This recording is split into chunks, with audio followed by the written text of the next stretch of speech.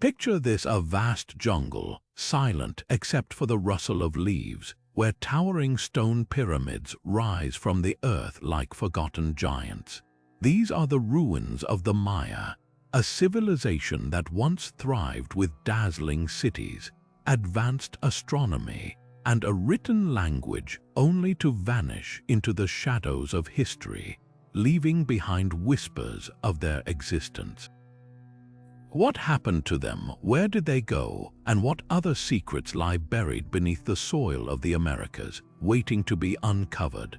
This is the mystery of pre-Columbian America, a land of vanished cultures, untold stories, and technologies so advanced they defy explanation. Long before European ships ever touched these shores, the Americas were home to civilizations that rivaled the greatest empires of the ancient world. The Maya mapped the stars with precision that still astounds astronomers today. The Inca built roads and bridges across impossible mountain ranges, feats of engineering that modern builders struggle to replicate. And then there are the Olmec, whose colossal stone heads, carved with striking precision, hint at a society far more sophisticated than history books often acknowledge. Yet so much of their knowledge, their achievements, their very lives have been erased by time, or perhaps hidden, waiting for us to piece together the clues they left behind. Today, we're setting out on a journey into the unknown, peeling back the layers of myth and mystery to uncover the truth about these lost worlds. From abandoned cities swallowed by the jungle to cryptic artifacts that shouldn't exist, we'll explore the enigmas that have puzzled historians for centuries. How did ancient peoples achieve such wonders without the tools we take for granted?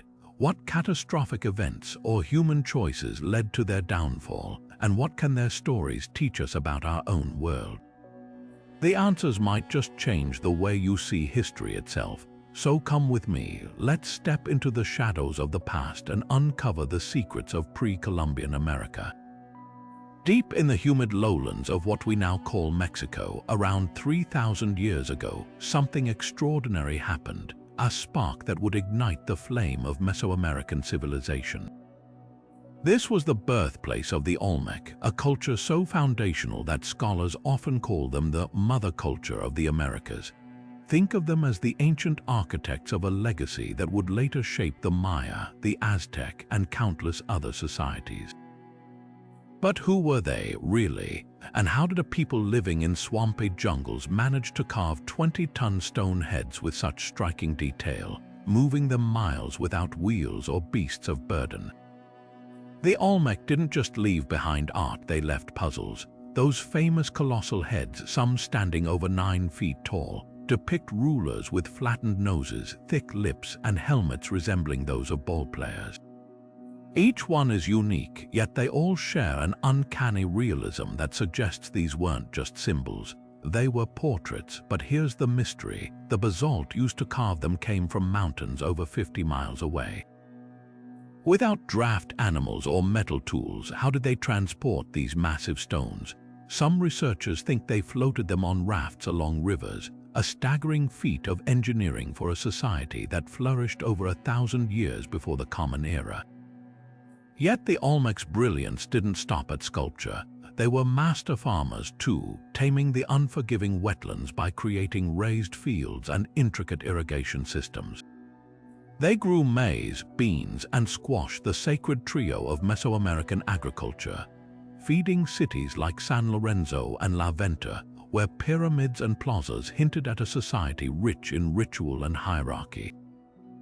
They even played the world's oldest known team sport, a brutal ball game with rubber balls, centuries before other cultures adopted it, but perhaps their most enduring gift was writing.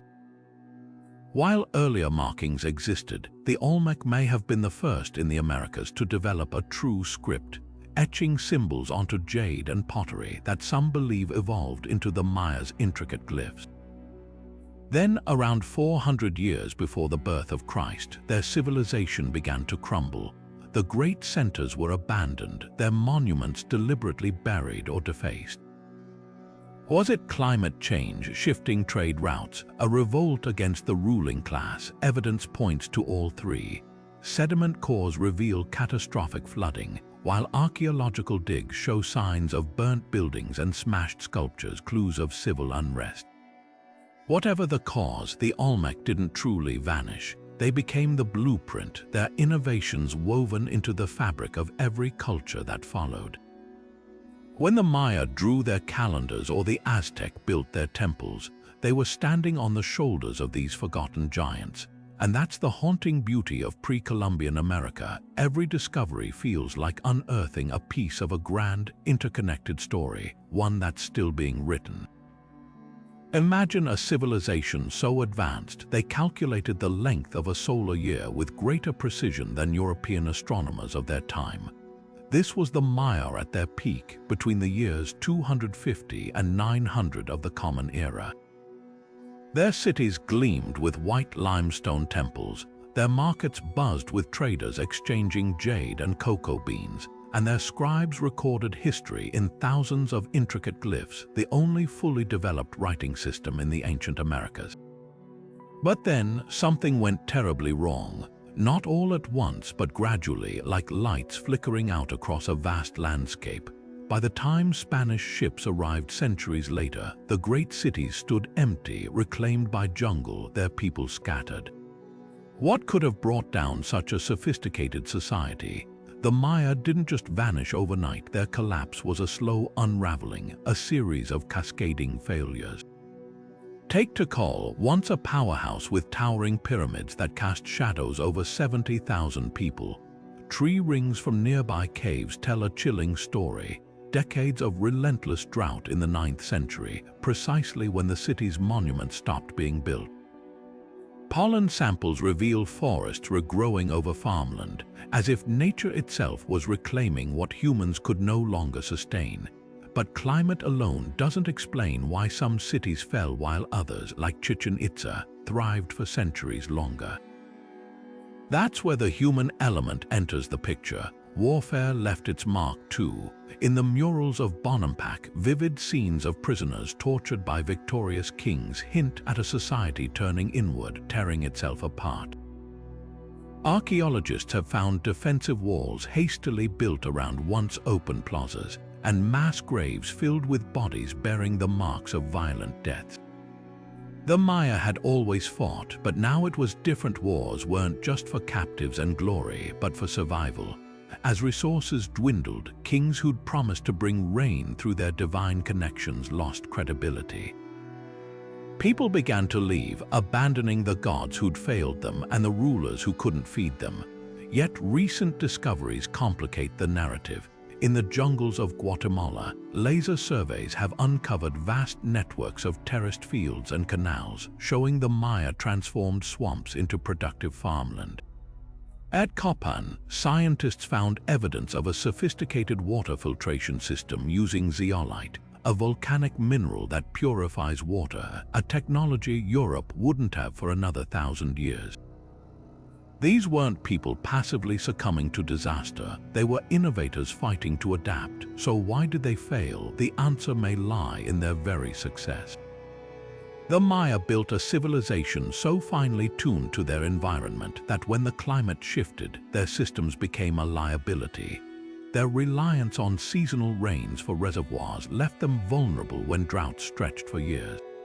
Their intricate web of alliances and rivalries meant that when one city fell, others destabilized like dominoes. Even their brilliance in astronomy couldn't save them. While they could predict eclipses with uncanny accuracy, they couldn't foresee the ecological and political storms gathering on their own horizon. What remains today are whispers in stone waiting for us to listen. North of modern-day Mexico City, where the air grows thin and the earth turns dusty, lies the ghost of a once thriving metropolis, Teotihuacan. At its height around the year 450, this was the New York of its time, a city of nearly 200,000 people where art, trade, and ideas flowed as freely as the rainwater channeled through its ingenious aqueducts. Its very name, given later by the Aztec, means the place where the gods were created. But who actually built it, that's the first great mystery. Unlike the Maya or the Inca, the people of Teotihuacan left no royal tombs, no grand inscriptions boasting of their kings. Their language remains unread, their names lost to time. Yet their fingerprints are everywhere in the precision of their urban planning, the vibrant murals that survived millennia, and the towering pyramids that still dominate the horizon. Take the Pyramid of the Sun, the colossal centerpiece of the city. Built over a natural cave system considered a portal to the underworld, it rises 250 feet high, its base covering nearly the same area as Egypt's Great Pyramid. But here's what's astonishing. It was constructed without metal tools, wheels, or draft animals. Workers moved millions of tons of volcanic rock, stacking them with such precision that the pyramid aligns perfectly with the setting sun on specific dates, likely tied to agricultural cycles. Nearby, the Pyramid of the Moon mirrors the contours of the sacred mountain behind it, a deliberate blending of architecture and landscape that reveals a deep spiritual connection to the earth. Teotihuacan wasn't just a religious hub, it was a melting pot. Walk down the Avenue of the Dead, the city's main thoroughfare, and you'd have heard a dozen languages spoken. Excavations uncovered Zapotec pottery from Oaxaca, Maya jade from Guatemala, even traces of tropical bird feathers traded from hundreds of miles south. This was a cosmopolitan center where artisans crafted obsidian blades sharper than surgical steel and painted murals depicting fantastical creatures, part jaguar, part serpent, that may represent deities we'll never fully understand. Then, around the 7th or 8th century, the city burned, not by accident but in what appears to have been a violent uprising. Charred ruins and smashed statues suggest the people turned on their elites, tearing down symbols of power before abandoning the city altogether. Was it famine, drought, a revolt against an oppressive ruling class? The answer might lie in the very bones of Teotihuacan's residents. Isotope analysis of skeletons reveals declining health in the city's final decades, with signs of malnutrition and disease. Meanwhile, layers of silt in nearby lakebeds point to prolonged droughts that would have crippled agriculture. But here's the twist: Teotihuacan's influence didn't die with the city. Centuries later, the Aztec pilgrimaged here, believing it was the birthplace of the fifth sun, the current era of the world. Even today, the mystery of its fall haunts us. A city this advanced, this organized, shouldn't have collapsed so completely. Or perhaps it's a warning, written in stone and ash, about what happens when societies grow too rigid, too unequal, too disconnected from the natural world they depend on. Teotihuacan's silent streets still have stories to tell if we're willing to listen. High above the barren plains of southern Peru, the Nazca Desert holds one of archaeology's most mesmerizing puzzles, the Nazca Lines. Stretching across nearly 200 square miles, these enormous geoglyphs depict everything from geometric spirals to towering hummingbirds, perfectly proportioned monkeys, and even what looks like an astronaut. But here's what's truly mind-bending. These designs are so massive, their full forms only reveal themselves when viewed from the air. So how and why did a culture with no known flying technology create art they could never fully see? The most widely accepted theory ties the lines to water, the scarcest resource in this arid landscape. Researchers studying the nearby Palpa region discovered that many lines converge around underground aquifers, suggesting they may have marked sacred routes to water sources. Some geoglyphs even mimic the shapes of waterways, like the famous heron, whose beak points directly to a seasonal riverbed. Others think the lines functioned as ritual pathways walked by priests during ceremonies to summon rain.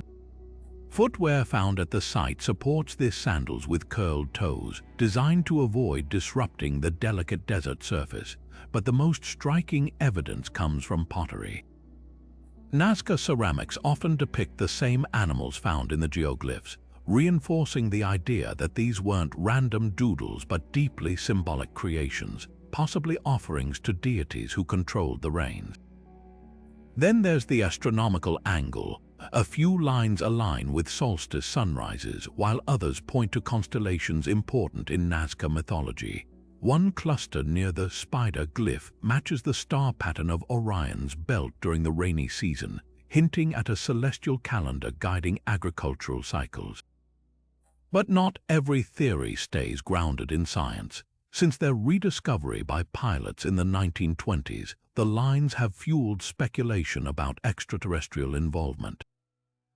Could they have been landing strips for alien spacecraft, messages to beings far beyond our atmosphere? The truth is far less sensational but no less fascinating. Modern experiments have shown that the Nazca could have created these precise designs using simple tools, wooden stakes, ropes, and a system of scaling up small sketches. Teams recreating the lines found that with careful planning, a small group could etch a massive geoglyph in just days, and as for viewing them, the Nazca may not have needed airplanes. Nearby hilltops offer elevated vantage points, and some researchers suggest they used hot air balloons made from local materials, though no direct evidence survives. What's undeniable is the ingenuity behind these desert canvases. The Nazca didn't just leave behind art, they left a testament to human creativity, a reminder that even in the harshest environments, our ancestors found ways to make the invisible visible. Whether prayers to the gods or maps to hidden waters, the lines endure as whispers from a culture that understood the land in ways we're still deciphering. Along the arid northern coast of Peru, where the desert meets the sea, the Moche people built a civilization as fierce as it was sophisticated. Between the years 100 and 800 of the Common Era, their artists crafted pottery so lifelike you can almost hear the figures whispering, warriors in intricate helmets, shamans transforming into jaguars, and deities with fanged grins holding goblets of blood. Because for the Moche, ritual wasn't just ceremony, it was survival.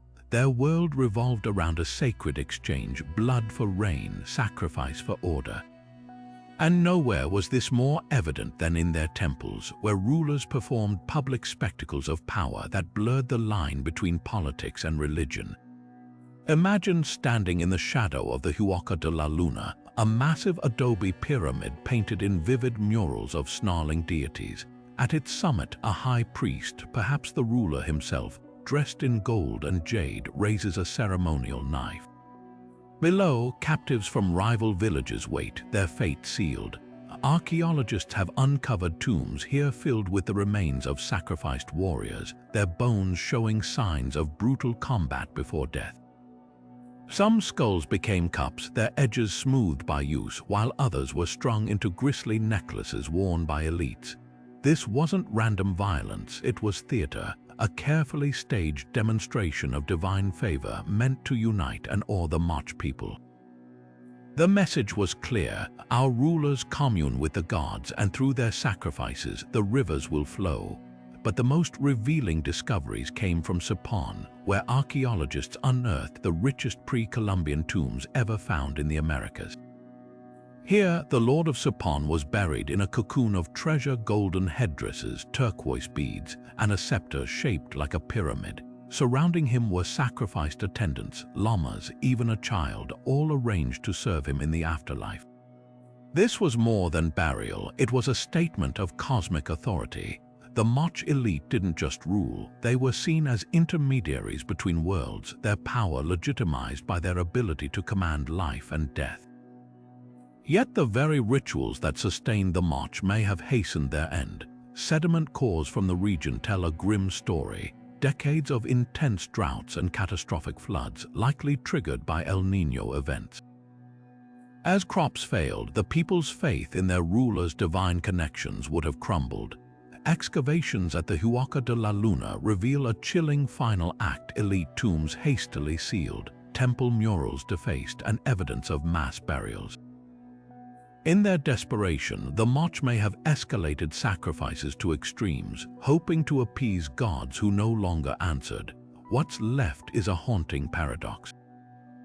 The Moche thrived by mastering their environment, building intricate irrigation canals to turn deserts into farmland. their artisans produced works of staggering beauty, from erotic pottery to golden masks that still gleam after centuries. But in the end, their rigid hierarchy, where elites held a monopoly on both water and the divine, left them vulnerable when nature refused to cooperate. Their story isn't just one of ancient rites, it's a cautionary tale about power, belief, and the fragile balance between human societies and the forces they can't control. High in the Peruvian Andes, where clouds cling to jagged peaks, lies the temple of Teotihuacan, a place of dark corridors, roaring water channels, and stone gods with twisting serpent hair. This was the heart of the Chavin cult, a religious movement so powerful it spread like wildfire across the Andes nearly 3,000 years ago, uniting distant cultures under its terrifying yet mesmerizing vision of the divine. What made this belief system so compelling? The answer might lie in the temple's most unsettling secret: its mastery of altered states, where priests used hallucinogenic drugs, labyrinthine architecture, and sonic manipulation to create experiences so intense, visitors left convinced they'd touched the other world. Step inside the old temple's cramped galleries, where even today the air feels thick with something unseen. The walls press in, the ceilings dip low, and then you turn a corner and come face to face with the lanzon, a 15-foot-tall granite dagger of a god embedded in the floor. His eyes are upturned, his mouth snarling, his body a tangle of feline and reptilian features. Carved channels in the stone suggest liquid, perhaps hallucinogenic brews, once flowed around him, while hidden vents amplified the sound of rushing water into a deafening roar. Archaeologists found traces of vilca seeds, a potent psychedelic, in ceremonial snuff tubes nearby. Combine that with the flickering torchlight, the disorienting maze of passages, and the rhythmic pounding of oracle priests speaking through voice-distorting tubes, and you have a recipe for radical transformation. Pilgrims arriving from coastal deserts or Amazonian lowlands wouldn't just witness rituals, they'd experience them, bodily and irrevocably. The genius of the Chavin cult wasn't just in spectacle, it was in synthesis. Their art became a visual language binding together cultures separated by mountains and languages. Take the Raimondi Stela, a 7-foot slab covered in intricate carvings that reveal different images when flipped upside down, a jaguar transforming into a sky god, or a staff deity dissolving into abstract patterns. This wasn't mere decoration, it was theological propaganda portable enough to spread via trade networks. Copies appeared hundreds of miles away, adapted by local artisans but always retaining core Chavin motifs: clawed hands, spiraling eyes, and the iconic smiling god with his fanged, ecstatic grin. What's chilling is how the temple itself seemed designed to reflect the hallucinogenic experience. Some corridors narrow suddenly before opening into vast chambers, mimicking the tunnel vision and sensory explosions of trance states. Others force visitors to stoop or crawl, physically enacting submission to divine power. Even the plumbing was part of the show. Engineered conduits made water appear to flow uphill, defying nature in a way that would have seemed supernatural. For Andean peoples who saw mountains as living deities and water as sacred, this wasn't just impressive engineering, it was proof the Chavin priest held secrets to the universe itself. Yet by 400 years before the Common Era, pilgrims stopped coming. The water channels ran dry, the temples fell silent. Some theorize climate shifts disrupted trade routes that fed the cult's influence. Others point to evidence of deliberate destruction: key sculptures decapitated, passageways filled with rubble hinting at a revolt against the priestly elite. But the cult's legacy endured in the art of later cultures like the Moche and Inca, who borrowed its visionary aesthetic. Perhaps that's the ultimate power of Teotihuacan. It reminds us that the most enduring religions aren't just about rules or morals, they're about raw, unforgettable experience, the kind that rewires perception and lingers in the bones long after the temples crumble. Tucked into the steep folds of Colombia's Sierra Nevada de Santa Marta, where mist clings to the trees and howler monkeys echo through the valleys, the Tairona built a civilization designed to defy conquest. Their stone cities clung to mountainsides like fortresses, connected by staircases so narrow that invaders could be picked off one by one. While the Inca and Aztec fell to Spanish steel, the Tairona held out for nearly a century, retreating higher into their cloud forests, vanishing so completely that when archaeologists rediscovered their largest city, Ciudad Perdida, in the 1970s, local indigenous guides claimed it had never been forgotten. Their descendants, the Kogi people, still live there today, guarding the same lands their ancestors swore to protect. What made the Tairona unique wasn't just their resistance, it was their artistry.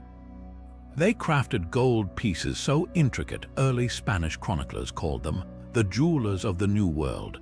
But these weren't mere decorations. A Tairona pendant might depict a bat with outstretched wings, its body studded with tiny spirals representing the soul's journey.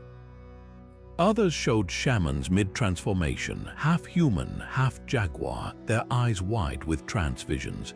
The gold wasn't mined, it was panned from rivers, then alloyed with copper to create tumbaga, a metal that gleamed like the sun but could be shaped with astonishing precision.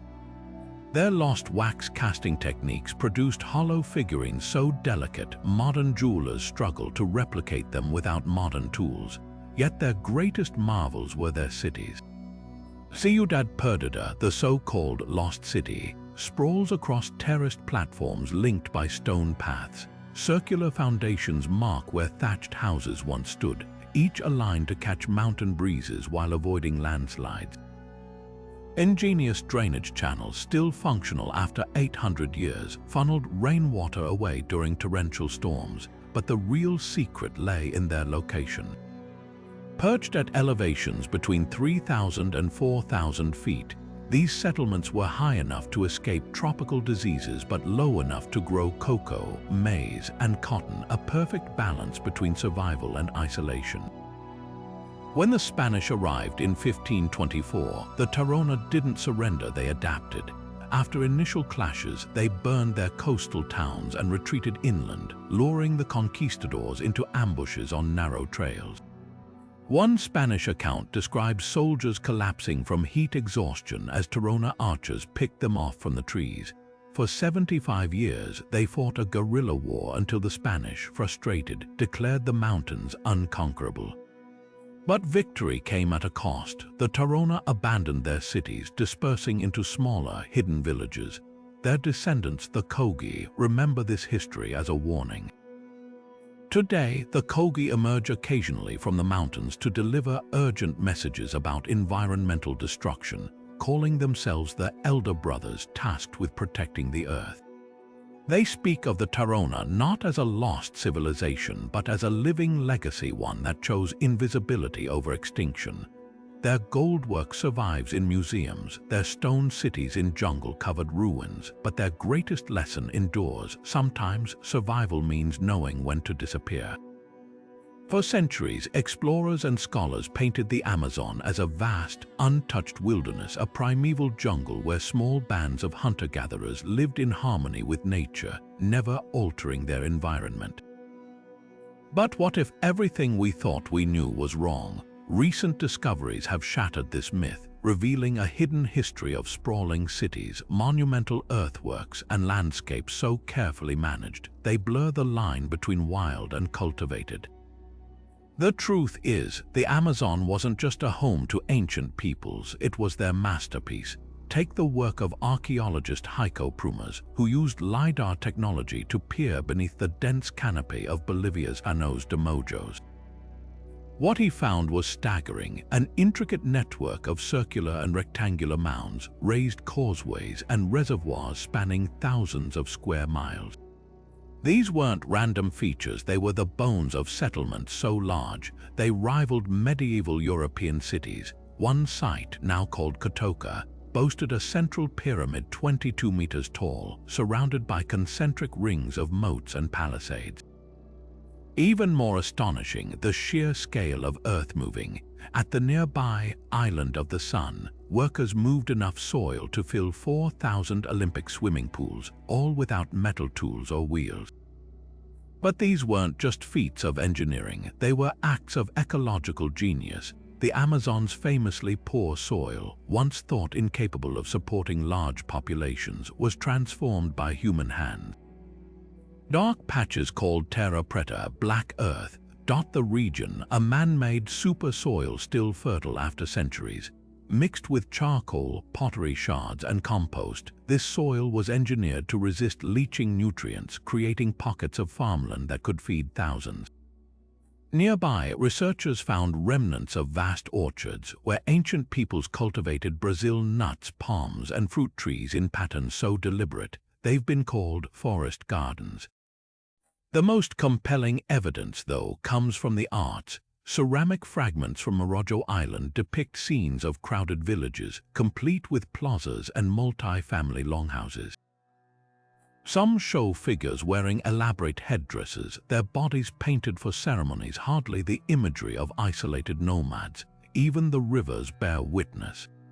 Seasonal floodplains were crisscrossed with fish weirs and traps, while raised fields allowed crops to thrive in wetlands. These weren't people struggling against nature. They were partnering with it, reshaping the rainforest with a precision we're only beginning to understand.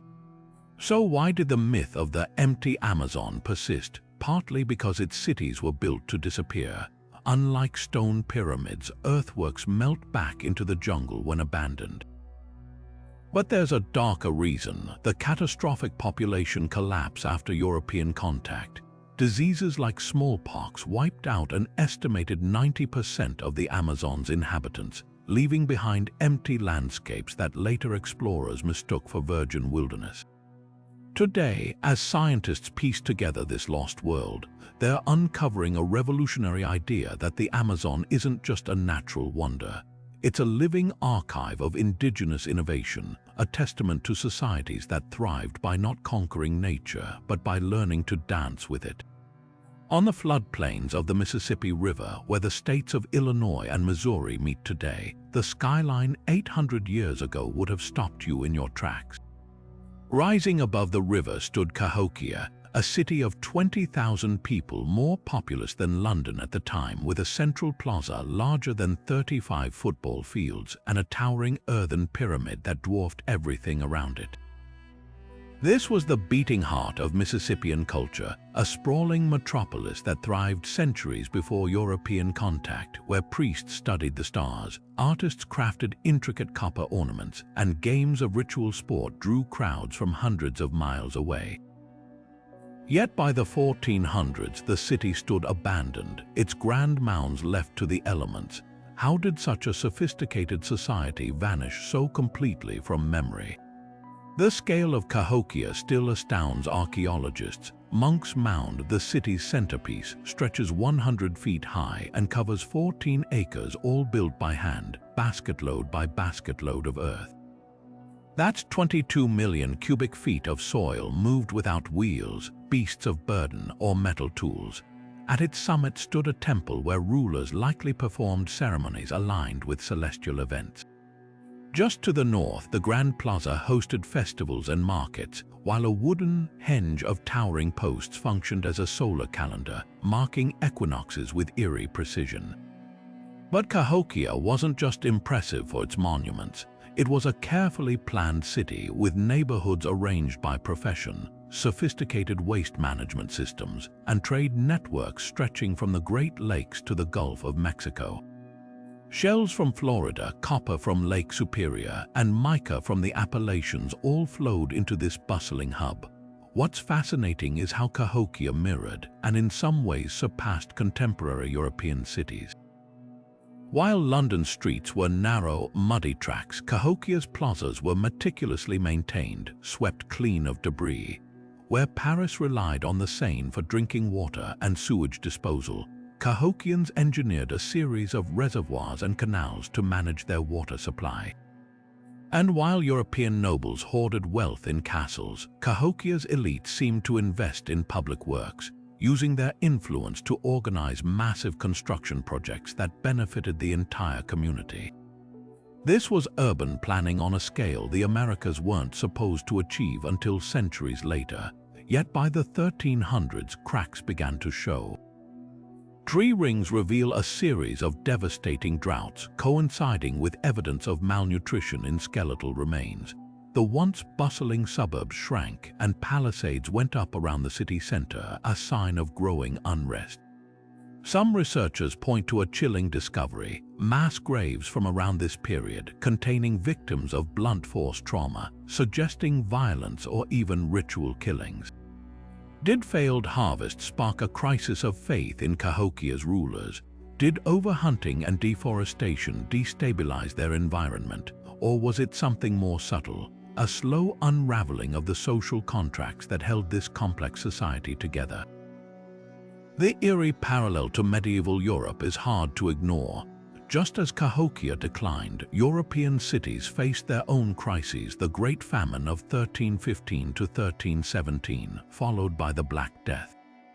Both societies grappled with climate change, resource depletion, and the limits of their political systems.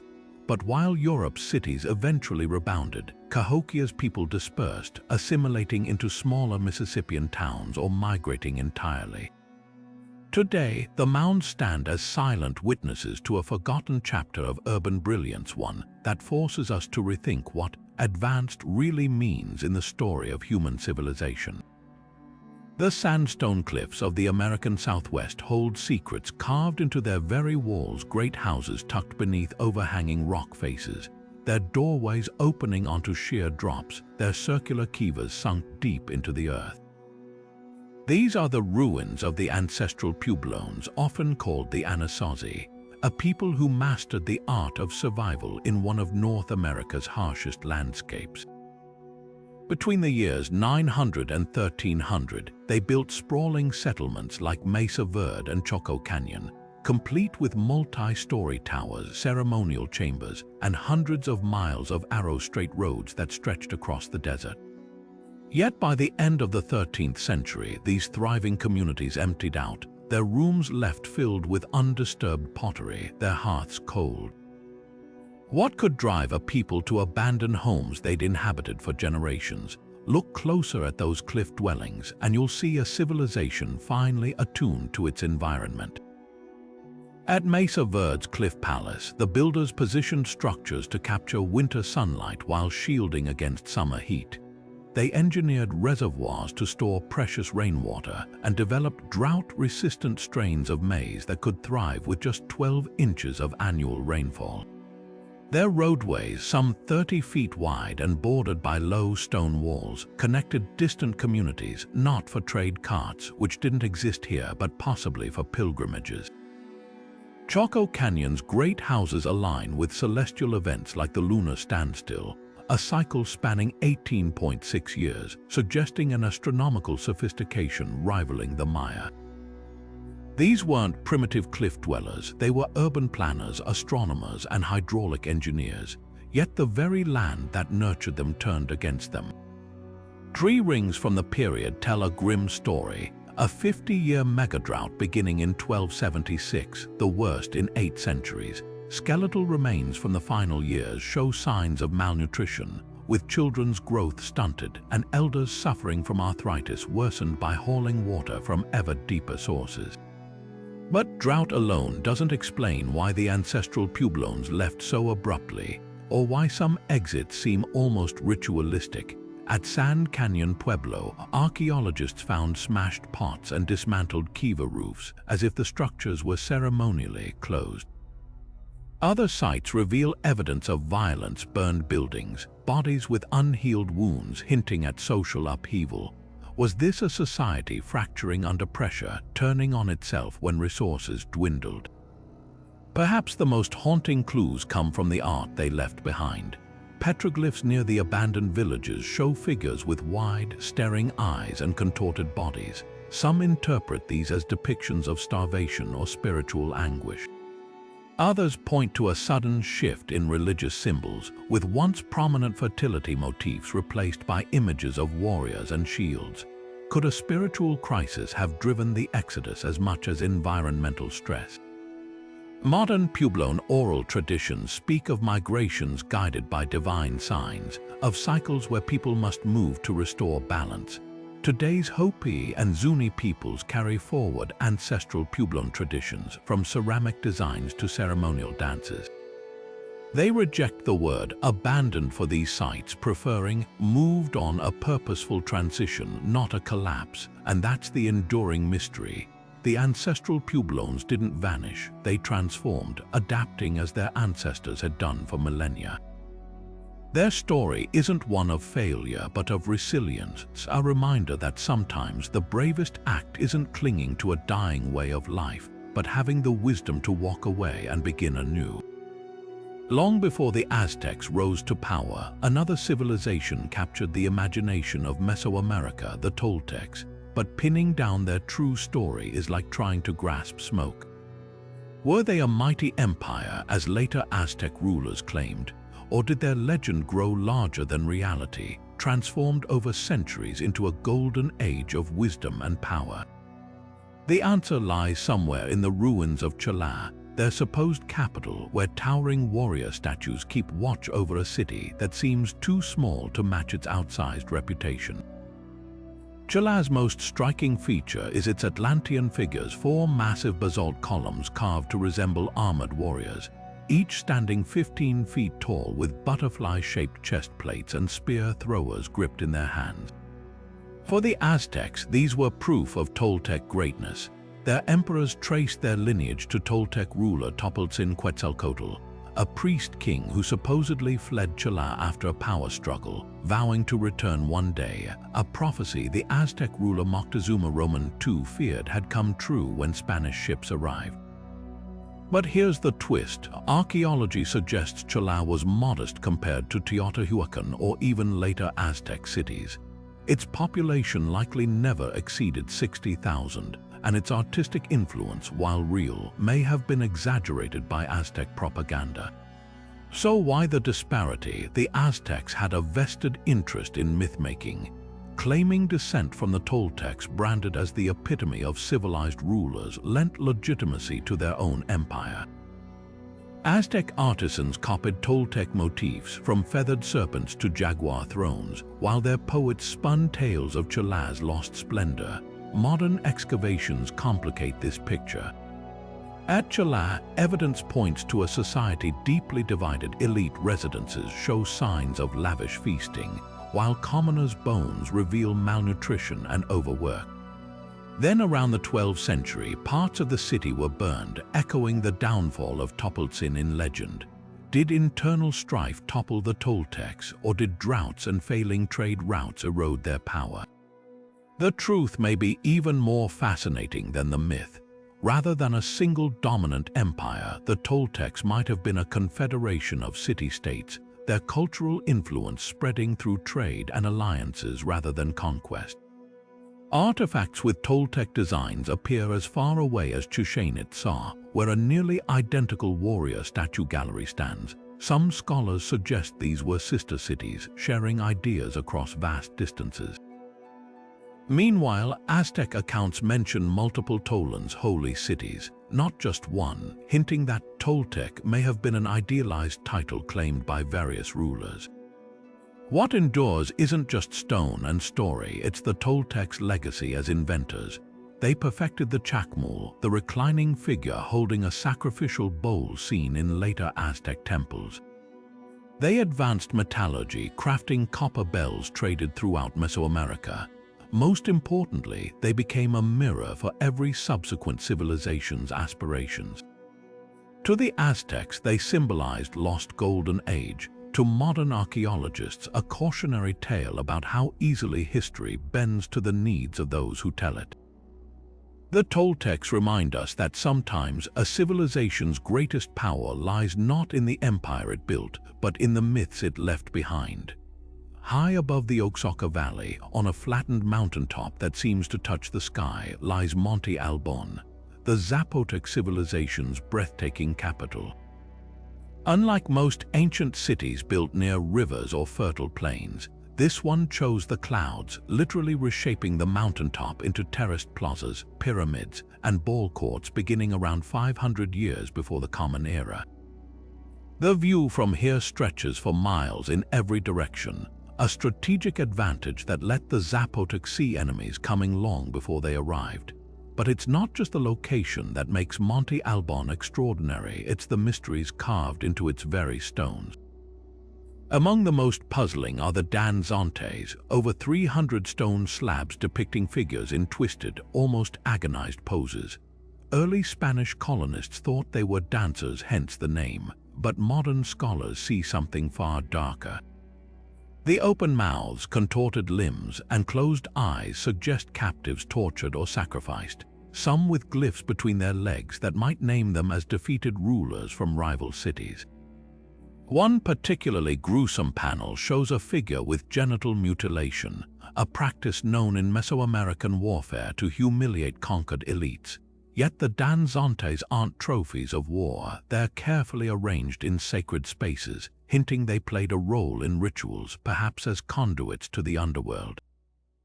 Then there's the writing. The Zapotec developed one of the earliest scripts in the Americas with glyphs that look like minimalist art.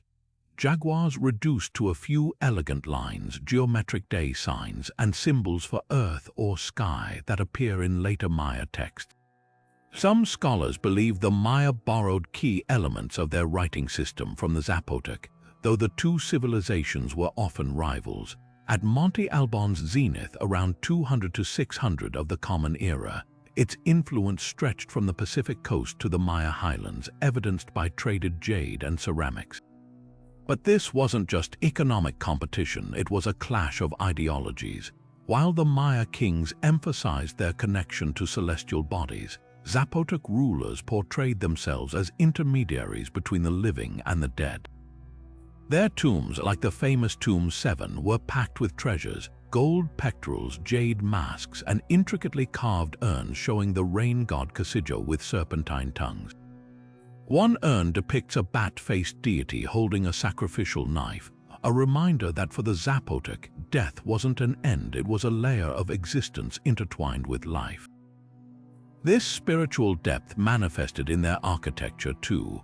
The observatory at Monte Albán aligns with the star Capella, used to mark the beginning of the agricultural cycle, while the ball court's orientation seems designed to echo the path of the sun during equinoxes. The decline of Monte Albán mirrors other Mesoamerican collapses, yet with a unique twist. Unlike cities abandoned due to drought or invasion, this one faded gradually after 800 years of dominance, its buildings reused by later Mixtec peoples. Some theorize internal strife fractured its political unity, while others point to the rise of competing Zapotec city-states like Mitla, whose intricate mosaic fretwork walls became the new artistic standard. But perhaps the most enduring legacy is linguistic. Today, 500,000 people still speak Zapotec languages, keeping alive traditions that stretch back to those cloud-kissed pyramids. The Danzantes may never fully give up their secrets, but their silent stone figures remain a testament to a civilization that dared to build its capital in the heavens. There's something uncanny about the way the Huari and Tiwanaku empires rose to power, almost as if they were mirror images of each other. Separated by hundreds of miles of rugged Andes, these two civilizations flourished between the years 500 and 1000 of the Common Era, their influence stretching across the highlands like twin constellations.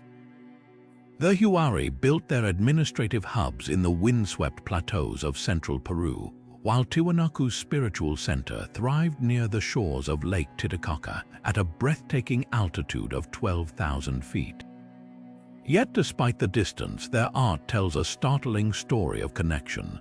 Stone carvings from both cultures depict the same scowling deity, a figure with radiating headdress and clawed hands, gripping staffs that drip with symbolic tears. Was this a shared religion, a political alliance, or something even more intriguing? Tiwanaku's capital feels like a city designed by gods, not humans. The sandstone blocks of its Acapana pyramid fit together with such precision, not even a razor blade can slip between them. Nearby, the sun gate stands carved with a version of the weeping god, surrounded by winged attendants that seem to defy gravity. Meanwhile, Huari architects experimented with sprawling urban layouts.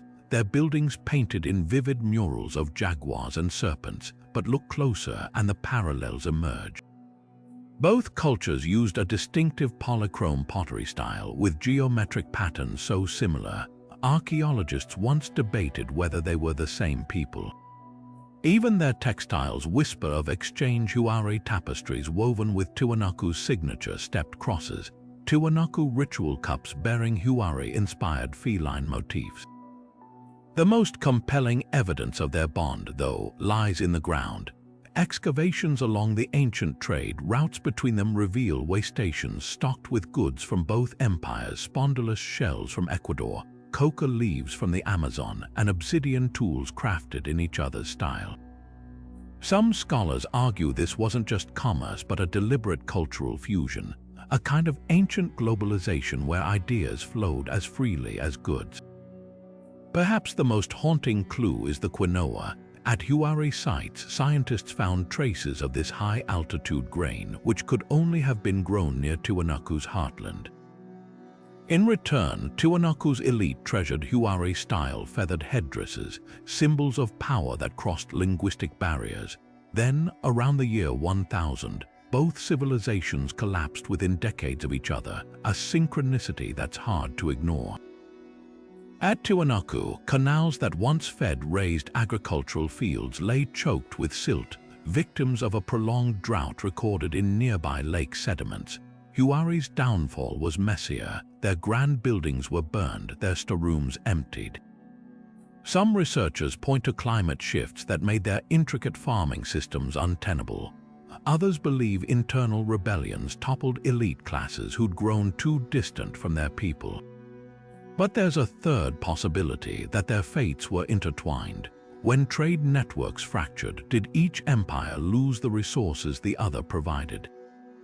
Without Tiwanaku's quinoa, could Huari's cities no longer feed their populations? Without Huari's textiles and metals, did Tiwanaku's rituals lose their splendor? What lingers is the tantalizing sense of a lost conversation. These weren't just neighboring states, they were partners in a dialogue that shaped the Andes for centuries. Later cultures like the Inca would borrow their terracing techniques, their road systems, even their iconography. Yet the Huari-Tiwanaku relationship remains a puzzle missing half its pieces. Were they allies, rivals, or something in between? The answer might lie in the unexcavated ruins scattered between their heartlands, waiting to reveal how two of history's most mysterious empires whispered to each other across the mountains, and why, in the end, their voices fell silent together. Along the bone-dry coast of northern Peru, where the desert stretches for miles without a single river crossing its surface, the Chimú Empire built a capital so vast it defied logic. Chan, meaning sun in the ancient Quingam language, was a labyrinth of towering adobe walls, sprawling plazas, and reservoirs filled by canals that siphoned water from distant mountains. At its peak around 1400, this was the largest city in the Americas, home to 60,000 people and the nerve center of an empire stretching 600 miles along the Pacific. But how did a civilization thrive in one of Earth's most arid regions? The answer lies in their mastery of a resource more precious than gold: water. Walking through Chan's ruins today, you'd never guess this was once a hydraulic paradise.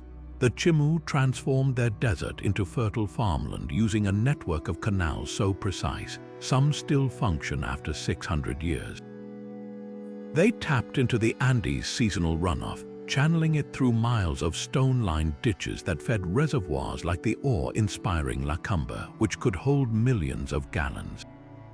Their engineers even designed gravity-fed systems to distribute water equitably across neighborhoods. Elites got first access, but no household went entirely without. And then there were the walk-in wells, their walls decorated with fish and seabird motifs, where the Chimú likely performed rituals thanking the ocean for its bounty. Because here's the irony, though they lived in a desert, the sea was their true lifeline. The Chimú didn't just survive here, they flourished. Artisans pounded sheets of gold into exquisite masks, their surfaces etched with waves to honor their sea god Nai.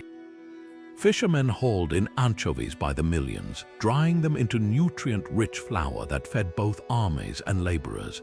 But Chan Chan's true genius lay in its urban planning. 10 walled citadels, each covering up to 20 acres, housed the empire's ruling class. Their walls, some 30 feet high, weren't just defensive, they were canvases. Thousands of geometric reliefs covered the adobe, depicting everything from rolling nets to schools of fish, a visual language celebrating their symbiotic relationship with the ocean. Meanwhile, the city's outskirts buzzed with workshops producing textiles prized across the Andes. Then came the Inca. In 1470, after decades of tension, the expanding Inca Empire set its sights on Chimú territory. Legend says the Inca Emperor Tupac Yupanqui cut off Chan Chan's water supply, diverting the canals that sustained it. After a desperate resistance, the Chimú ruler Minchancaman surrendered. His people forcibly relocated to Cusco as part of the Inca's infamous Mitma resettlement policy. Yet, even in defeat, the Chimú left their mark. Inca metalworkers adopted their techniques, and Chan Chan's water management inspired projects as far away as Machu Picchu. Today, the city's greatest enemy isn't conquest, it's climate. Rising sea levels and intensifying El Niño rains erode the fragile adobe at an alarming rate. UNESCO has labeled Chan Chan a site in danger, with some walls melting like sugar cubes under torrential downpours. Conservationists fight back with straw-reinforced mud coatings and drainage systems, but it's a race against time. Perhaps there's poetic justice in this, an empire born from mastering water now threatened by it. Yet Chan Chan endures, its fish-shaped reliefs whispering secrets of resilience, a monument not just to lost greatness, but to humanity's endless dance with nature's forces. High in the Andes, where thin air makes even breathing an effort, the Inca Empire built a bureaucracy so efficient it governed 10 million people across 2,500 miles, all without a single sheet of paper or stroke of a pen. Their secret, quipus, intricate bundles of knotted strings that some researchers now believe weren't just accounting tools, but a full-fledged writing system waiting to be cracked. Picture a rainbow of dangling cords, some as thin as thread, others as thick as a finger, each knot's position and type encoding information in a language we're only beginning to understand. Recent breakthroughs have shattered old assumptions that quipus recorded only numbers. At the ancient Incan administrative hub of Incahuasi, archaeologists uncovered quipus with unexpected knot patterns. Some chords twisted in ways that match no known numerical system. Others dyed in colors that reappear across distant regions like a visual code. Harvard researcher Gary Urton noticed something astonishing. The knot's directions, left or right spins, seem to follow binary logic, similar to modern computing's ones and zeros. Even more tantalizing, colonial Spanish records mention Inca scribes. Reading quipu transcripts aloud during trials, suggesting the knots held narrative content, laws, histories, even poetry. The real game-changer came when anthropologists compared quipus to a surviving Andean tradition, the quipu boards of modern-day Tupacaca, Peru.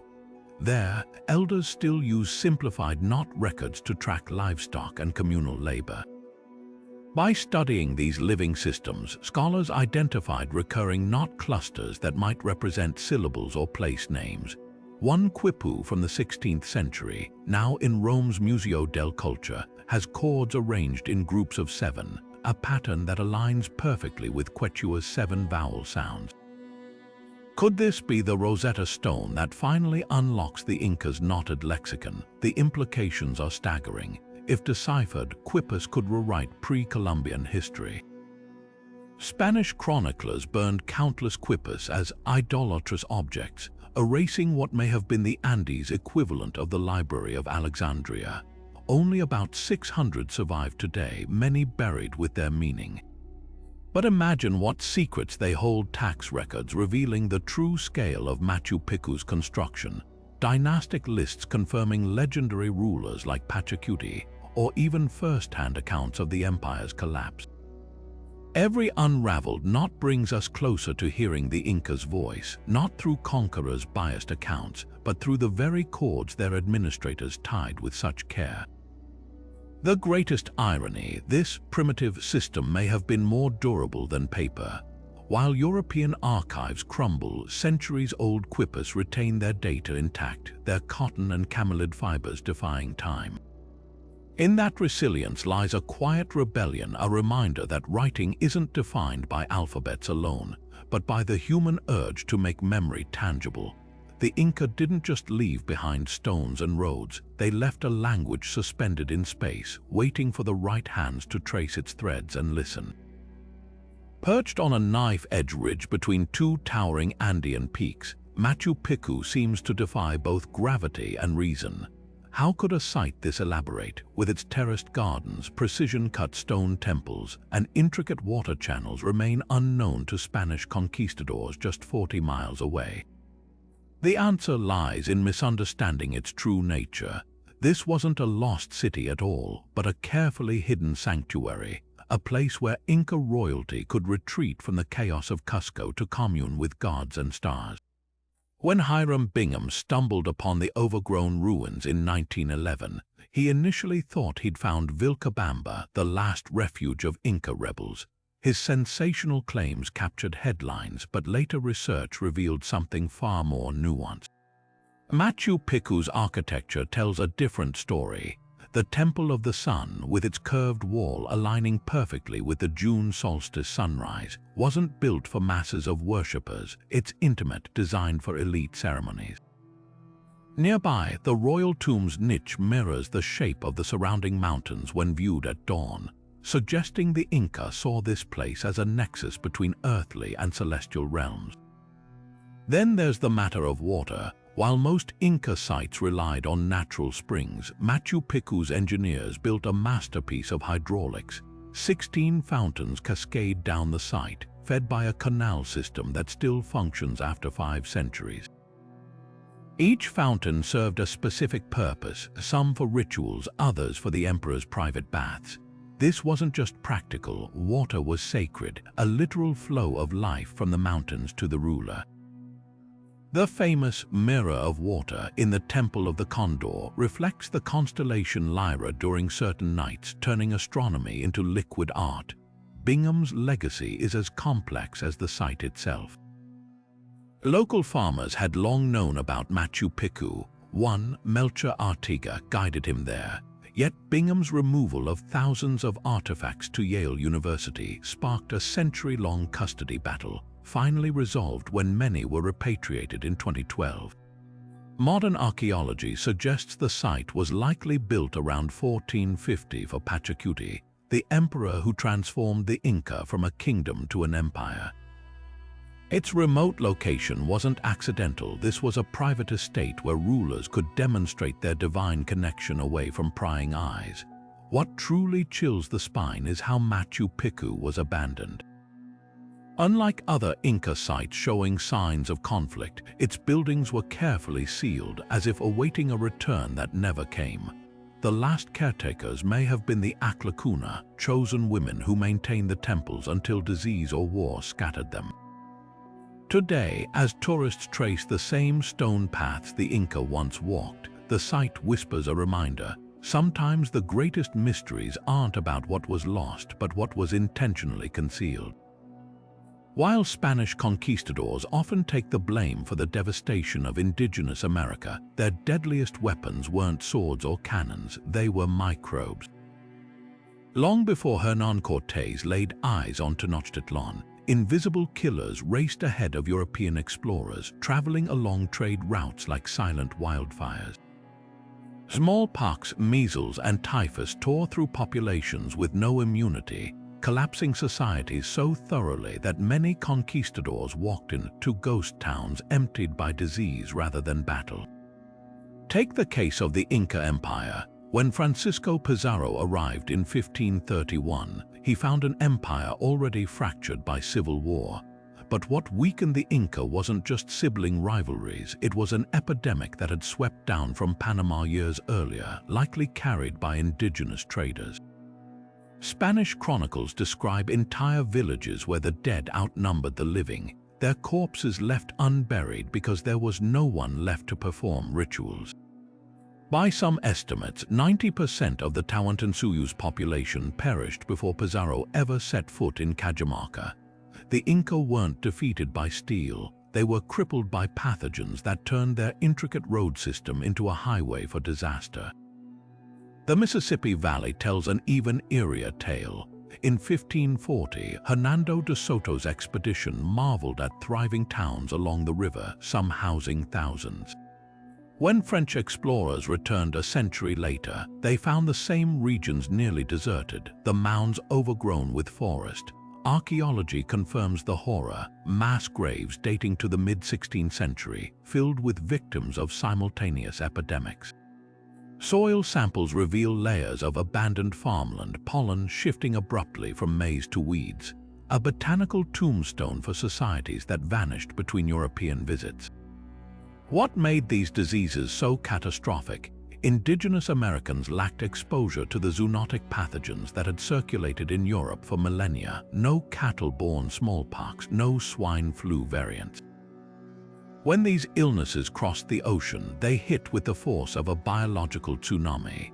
The Taino of Hispaniola, for example, numbered perhaps 3 million when Columbus arrived.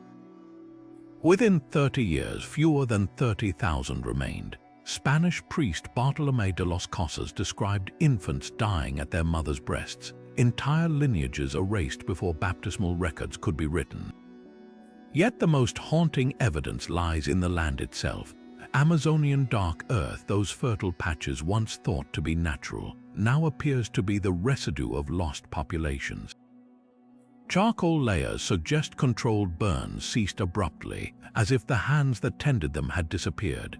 In New England, colonists puzzled over empty cornfields ready for harvest. Their cultivators vanished mid-season. These weren't untamed wildernesses Europeans discovered. They were graveyards of a collapse so vast it rewrote ecosystems. The tragedy's scale becomes clear when we follow the numbers.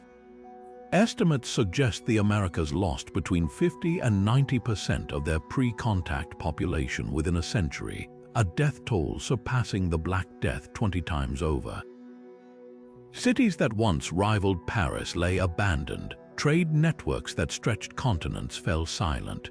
When we ask why so many indigenous technologies, languages, and stories vanished, the answer often begins not with conquistadors, but with a cough in a crowded market, a feverish traveler resting at an inn, or a child's blanket traded unwittingly as a Trojan horse of death. The true conquerors of the Americas weren't men on horseback, they were viruses too small to see, riding the breath of the living. At first glance, the idea that ancient civilizations crossed vast oceans long before Columbus seems like the stuff of adventure novels. But scattered across the Americas are clues that defy simple explanations: botanical, genetic, and archaeological breadcrumbs suggesting the Atlantic and Pacific weren't always the impassable barriers we assume. Take the humble sweet potato, a staple crop native to South America. How did it wind up thriving in Polynesian gardens centuries before European contact? The answer might lie in the stars and the extraordinary navigators who followed them. Polynesian voyagers, masters of reading ocean swells and bird flight patterns, likely reached South America's western coast by at least 1200. Carbon-dated chicken bones found in Chile, genetically linked to pre-Columbian Polynesian fowl, offer hard evidence of this transoceanic exchange. Even more compelling are the Quechua and Rapa Nui languages, which share striking similarities in words for crops like kumara, sweet potato. These linguistic echoes suggest not just accidental landings, but sustained contact, perhaps even trade networks spanning thousands of miles of open water. The Polynesian double-hulled canoe, capable of carrying tons of cargo across ocean currents, makes these journeys plausible. When replicas like the Hoculaire successfully sailed from Tahiti to California using traditional navigation, they proved what oral histories had long claimed: the Pacific was a highway, not a barrier. Meanwhile, on the opposite side of the continent, Norse sagas tell of a place called Vinland. a land of grapes and mild winters that matches Newfoundland's coastline. At Elant's Ox Meadows, archaeologists uncovered Viking-style sod houses and iron nails dating to the year 1000, complete with butternut seeds from further south, proof the Norse explored beyond their settlements. But while the Vikings left physical traces, their impact appears fleeting. Unlike the Polynesians, who exchanged crops and possibly even genes with indigenous Americans, studies suggest Mapuche DNA contains markers also found in Easter Island populations. The Norse seem to have retreated after clashes with native groups they called Skraelings. The Greenlanders' failure to adapt, insisting on European farming in an Arctic environment, may have sealed Vinland's fate as a footnote rather than a lasting bridge between worlds. Then there are the more controversial claims like the alleged Phoenician inscription in Brazil's Paraíba River, or the Bat Creek stone from Tennessee with its odd resemblance to Hebrew script. Most scholars dismiss these as hoaxes or misidentifications, but one artifact defies easy explanation. The Main Penny, a genuine Norse coin minted in Norway between 1065 and 1080, found at a Native American dig site. Was it traded hand to hand across continents, or evidence of a lost Viking expedition? The truth may lie somewhere in between, reminding us that history is messier than textbooks suggest. What emerges is a mosaic of sporadic encounters rather than sustained colonization. The Olmec's sudden appearance of jade carvings with Asian-looking features, or the similarities between Peruvian and Japanese fishing techniques. These could be coincidences or hints of contacts we've yet to fully understand. The ocean currents that carried Polynesians to South America might have also swept Chinese junks off course, as proposed by Gavin Menzies' controversial 1421 theory. While his claims lack robust evidence, it's worth noting that Zhenghe's massive treasure ships could have crossed the Pacific with ease, had they chosen to sail east instead of west. The real lesson here isn't about rewriting history with grand narratives of pre-Columbian globalization. It's about recognizing the ingenuity of ancient mariners who, against all odds, touched shores their descendants wouldn't see again for centuries. Every sweet potato growing in a Hawaiian field, every Norse arrowhead buried in Canadian soil, whispers the same truth: the world was always more connected than we thought. And perhaps hidden beneath layers of time and tide are more threads waiting to be woven into humanity's shared story. Beneath Panama's dense rainforests, buried along the banks of the Rio Grande, lies a treasure that still baffles archaeologists: the Cuclay gold artifacts. These aren't just trinkets, they're masterpieces of metallurgy, so finely crafted that modern jewelers struggle to replicate their precision. Picture a pendant no larger than your palm, depicting a double-headed crocodile with scales rendered in such detail you can almost feel the texture. Or earspools so delicately filigreed they resemble lace spun from sunlight. But the real mystery isn't just how they were made, it's why. For the Cuclay people, gold wasn't currency. It was a bridge to the spirit world, a material so sacred it was often buried with the dead, ensuring their journey to the afterlife. The techniques behind these objects defy expectation. Unlike European goldsmiths who relied on furnaces, Cuclay artisans worked with tumbaga, a blend of gold and copper, hammering it cold to preserve its spiritual purity. They used lost wax casting with a twist. Instead of carving wax models, they pressed insects into clay to create naturalistic patterns. Some pieces feature microscopic solder joints, achieved without torches, likely using plant-based acids to fuse metals at low temperatures. The most puzzling, a pendant from Teotihuacan depicting a shaman mid-transformation, his human features melting into a bat's wings. The hollow interior rattles with tiny gold beads, designed to mimic the sound of flight when worn in ritual dances. How did artisans without magnifying glasses achieve such precision? The answer may lie in psychotropic plants. Frescoes at nearby Cerro Juan Diaz show figures holding golden tools while enveloped in hallucinogenic vine motifs, suggesting trance states played a role in their craftsmanship.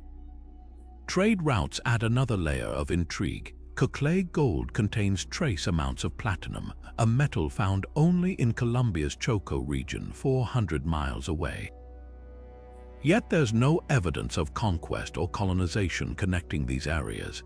Instead, archaeologists find clues in unlikely places: Panamanian coral reefs. Divers have recovered Coclé-style gold beads from shipwrecks dating to the same period, nestled alongside emeralds from Colombia and jade from Guatemala.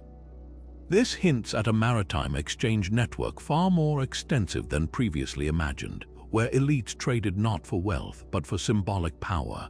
A Coclé chief buried at El Coño held a headdress adorned with Amazonian parrot feathers, Andean lapis lazuli, and a pendant shaped like a Caribbean manatee, a creature never seen in Panama's waters.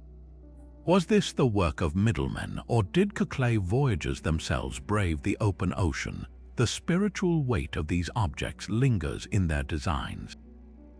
Many depict beings caught between realms, human-animal hybrids, figures with dual faces, even a bracelet showing a serpent dissolving into geometric patterns. At the Teotihuacan graves, warriors were interred with gold-covered shells placed over their ears and eyes, as if the metal could heighten perception in the afterlife. Modern Ngeb elders, descendants of the Coclé, still speak of gold as sun tears, believing it captures the moment daylight first touched the earth. This might explain why so many artifacts were intentionally killed before burial, ritually bent or pierced to release their spiritual essence. What haunts researchers isn't the craftsmanship but the silence. The Coclé left no written records, and Spanish accounts mention their gold only in passing, focused instead on looting it. Today, over half the known Coclé artifacts reside in foreign museums, their context stripped away. Yet in a Panama City lab, a breakthrough emerges. Resistors have detected faint residues of cacao and sea salt inside ceremonial vessels. Clues that feasts linking land and ocean may have accompanied gold's journey between worlds. Perhaps the metal's true worth wasn't in its gleam, but in its ability to carry stories we're only now beginning to hear. While the Aztecs dominated central Mexico with their obsidian-edged macuahudal swords, their fiercest rivals to the west wielded weapons of an entirely different kind: gleaming copper axes, razor-sharp spearheads, and helmets that shimmered like the sun itself. This was the Tarascan Empire, a civilization so advanced in metallurgy that their workshops produced metal tools and arms on an industrial scale centuries before European contact. Unlike most Mesoamerican cultures who relied on stone weapons, the Tarascans, also known as the Purépecha, built their military might around copper, crafting arsenals that could have rewritten history if not for the cataclysm of Spanish conquest.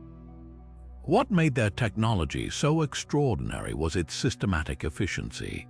Near their capital Tizantzin, archaeologists uncovered entire neighborhoods dedicated to metal production, with furnaces capable of smelting at temperatures over 1,000 degrees Celsius.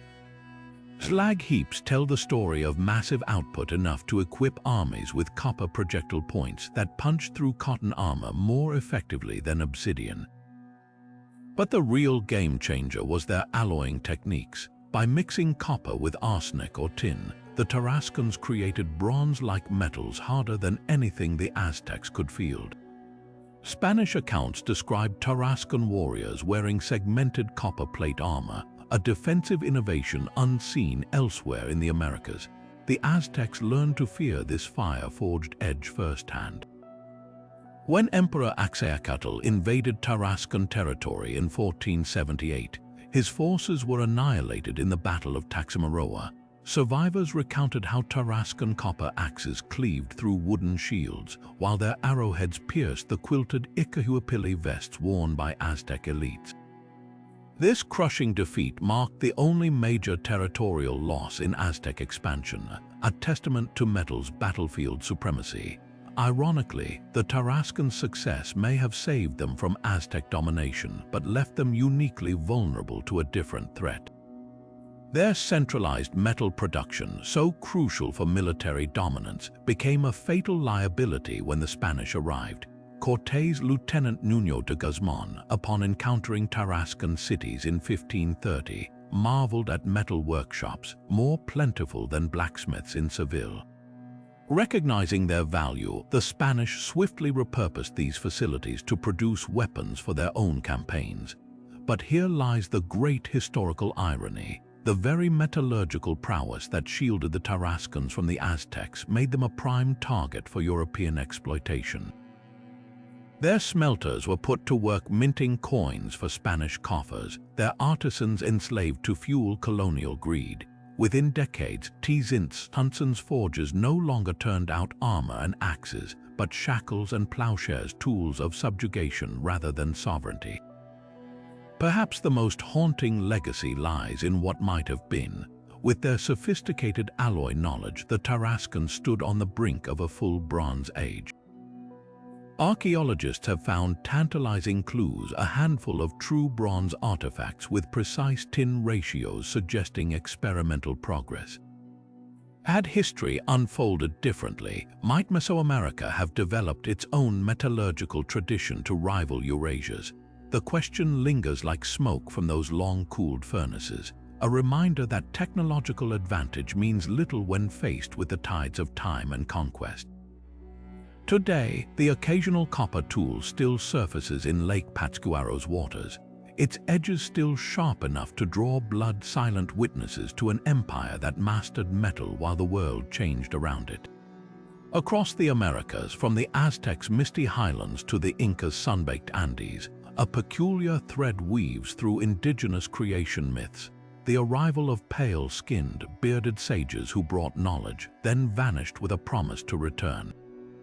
The Aztec called him Quetzalcoatl, the feathered serpent, a deity described as tall and light-skinned who taught agriculture, astronomy, and moral law before departing eastward on a raft of serpents. The Inca spoke of Viracocha, a weeping god with fiery eyes who walked among mortals wearing a flowing white robe, shaping civilization before walking across the Pacific waves.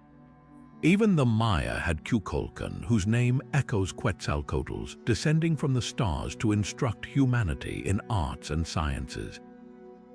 These eerily consistent accounts have fueled theories for centuries. Were these gods, or could they represent fragments of memory, distorted over generations, about real encounters with foreign visitors long before Columbus? The parallels are striking enough to raise eyebrows. Quetzalcoatl's promised return from the east in a one-reed year aligned ominously with 1519, the very year Cortés landed on Mexico's shores. Moctezuma Roman II initial hesitation, his belief that the Spanish might be divine, arguably stemmed from this prophecy. But dig deeper, and the white god narratives reveal layers of indigenous symbolism often overlooked. Quetzalcoatl wasn't solely a benevolent teacher, he was also the wind, the morning star, a trickster who embodied duality. His whitened appearance might symbolize wisdom associated with white hair, or the froth of waves from which creation myths say he emerged. Similarly, Viracocha's tears weren't just sorrow. They represented rain, fertility, the life-giving forces of the Andes. These weren't literal descriptions, but cosmological metaphors woven into oral traditions. European colonizers eagerly twisted these myths to justify conquest, casting themselves as God's heralds. But modern archaeology suggests another possibility: internal cultural upheavals reframed as divine interventions. Around the 10th century, the real-life Toltec ruler Quetzalcoatl was exiled from Chile after a power struggle with dark forces, possibly a faction favoring human sacrifice. His departure became legend, merging with older deities. In the Andes, Viracocha's myth might echo the spread of the wary Tiwanaku cult, whose iconography of staff-bearing deities spread centuries before the Inca. The white aspect could reflect rare albino llamas sacrificed in rituals, their purity symbolizing the sacred. The most tantalizing evidence comes from material culture. A Olmec ceramic figurine from 1200 before the Common Era depicts a bearded face with Caucasian features, an anomaly in Mesoamerican art. Meanwhile, in Peru's coastal deserts, the Moche portrayed warriors with light-colored skin and reddish beards in their pottery. Could these represent genetic quirks like poliosis or fleeting contact with seafarers? Polynesians, as we've seen, certainly reached South America, but the smoking gun remains elusive. No pre-Columbian Old World artifacts have been found indisputably in situ, no shipwrecks with unambiguous timelines. Perhaps the truth lies somewhere between myth and memory. Oral traditions are living things, adapting to explain cataclysms like the collapse of Teotihuacan or the Tiwanaku drought. A wandering shaman with unusual features, a shipwrecked fisher from across the sea over centuries. Such rare individuals could blur into legends of divine teachers. The real power of these stories isn't in proving ancient transoceanic contact, but in revealing how indigenous cultures processed change. When societies fractured, when new technologies like metallurgy or writing appeared, it was easier to attribute them to gods than to reckon with humanity's messy, interconnected past.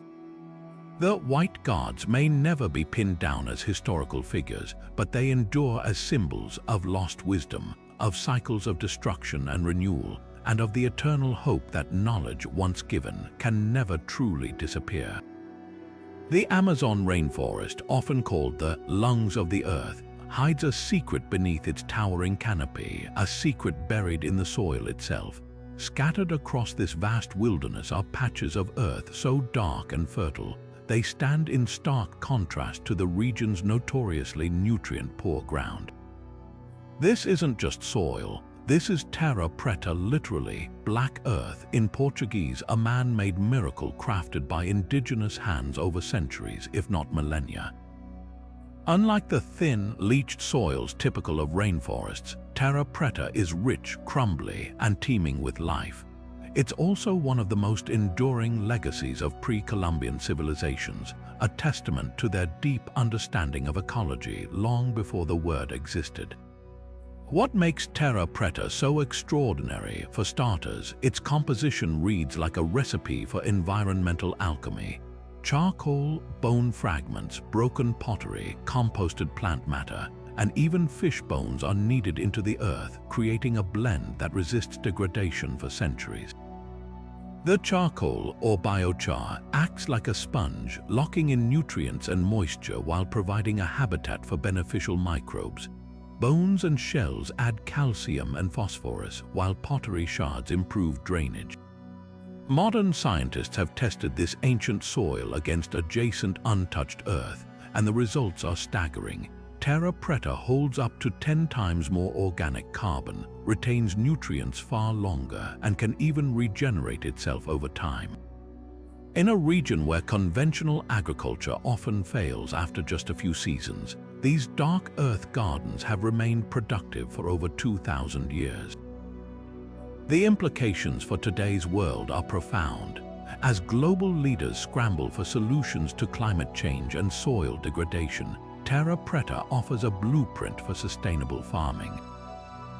Biochar, its key ingredient, is now being studied as a tool to sequester carbon, locking it into the ground rather than releasing it into the atmosphere. Indigenous communities in the Amazon have known this for generations. The Quipu people of the Xingu region, for example, still cultivate their ancestors' terra preta plots, growing manioc, bananas, and peppers in soil that's outlived empires. Their methods aren't just historical curiosities, they're living proof that humans can enrich the land rather than deplete it. Yet the true genius of terra preta lies in its origins. This wasn't accidental, it was deliberate, systematic land management. Archaeological evidence suggests pre-Columbian societies didn't just stumble upon this technique, they engineered it on a massive scale. LiDAR surveys have revealed networks of terra preta patches stretching for miles, often centered around ancient settlements. Some sites contain layers of soil stacked like lasagna, with alternating bands of charcoal and organic matter, indicating generations of careful cultivation. This wasn't small-scale gardening. It was landscape transformation on a par with the terraced rice fields of Asia or the raised chinampas of the Aztecs. The modern world is only beginning to grasp what indigenous Amazonians understood centuries ago. In Rondônia, Brazil, farmers experimenting with terra preta techniques have reported crop yields doubling without synthetic fertilizers. In Germany, scientists are replicating its structure to rehabilitate polluted soils, but perhaps the most poignant lesson is one of humility. For too long, the Amazon was viewed as a pristine wilderness barely touched by human hands. Terra preta shatters that myth. It reveals a forest shaped by people who saw themselves not as conquerors of nature, but as partners in its balance. Their legacy isn't just in the soil, it's in the radical idea that the best solutions aren't about dominating the land, but learning to listen to it. Even after centuries of exploration, pre-Columbian America still guards its deepest secrets with silent defiance. The jungle-choked ruins of lost cities, the indecipherable knotted threads of quipu records, the haunting precision of celestial alignments carved into stone, all whisper of civilizations whose full brilliance we've only glimpsed. Think of the Olmec's colossal heads hauled across swamps without wheels or beasts of burden. Picture the Nazca Lines sprawling across deserts in shapes only the sky could comprehend. Remember the Moche lords who ruled through rituals of blood and gold, or the Chimú engineers who turned deserts into orchards with nothing but gravity and patience. These weren't primitive cultures, they were innovators whose technologies and cosmologies still outpace our understanding. Textbooks often reduce these societies to footnotes, a pyramid here, a conquest there, but the truth is far richer. Every broken pottery shard, every glyph-covered stela, every terraced hillside holds layers of meaning we're still unraveling.